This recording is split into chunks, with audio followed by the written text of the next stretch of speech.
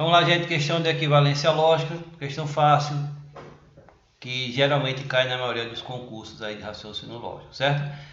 Que diz a questão: de acordo com a lógica proposicional, a frase que é equivalente, então aqui é por isso que eu sei que aqui se trata de uma equivalência lógica, que é diferente da equivalência que a gente tem numérica, certo? Então qual é a frase? A frase é: se Marcos estudou, então Marcos foi aprovado. Aí o que é que a gente tem aqui? A gente tem o conectivo lógico se então, conectivo lógico se então, que é representado pela condicional, certo? Se então é a condicional. Como é que a gente representa isso aqui? Então, olha só, primeira coisa, o antecedente. Qual foi o antecedente? O que foi que aconteceu antes aqui? O antecedente da condicional foi o fato de que Marcos estudou. Isso aqui é o antecedente, fica antes da setinha, certo? Qual foi a consequência de ter estudado? Olha lá, a consequência dele ter estudado foi que ele foi aprovado. Qual é a equivalência lógica dessa condicional?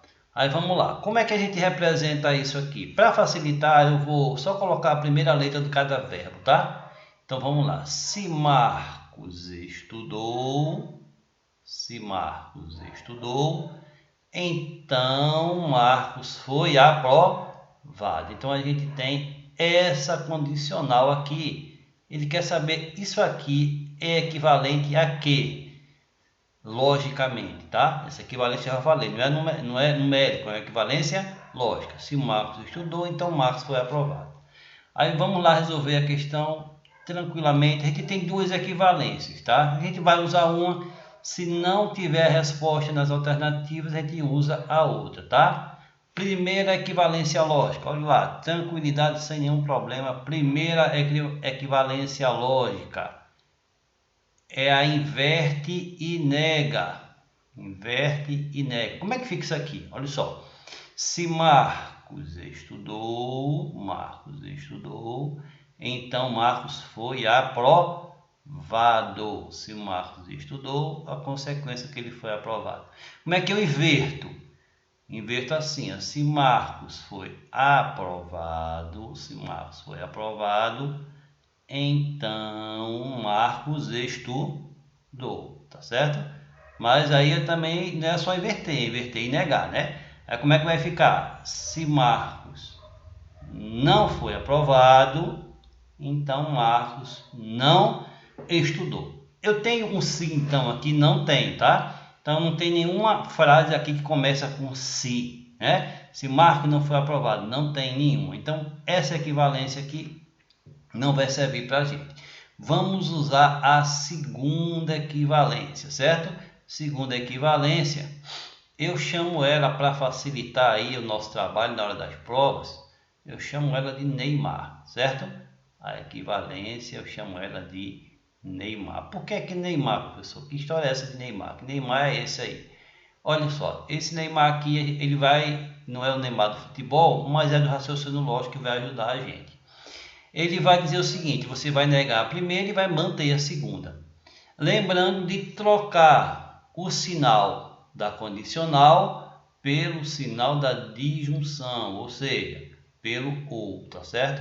Você vai trocar a condicional pela disjunção, ou seja, pelo ou. Então vamos lá. O que é que a gente tinha? A gente tinha o quê? Se Marcos estudou, então Marcos foi aprovado. Marcos estudou, então Marcos foi aprovado. Vamos aplicar o Neymar. Nega a primeira. Marcos estudou. Como é que eu nego Marcos estudou? Marcos não estudou. Troca o condicional pelo ou, pela disjunção. Marcos não estudou ou foi aprovado, certo? Então essa aqui é outra equivalência. Marcos não estudou ou foi aprovado. Então eu vou olhar aqui, ó, Marcos não estudou ou foi aprovado. Aí já dá, gente, para eu tirar aqui, ó, porque letra E está dizendo que Marcos estudou, e não pode ser letra D, porque ele começa com Marcos não estudou.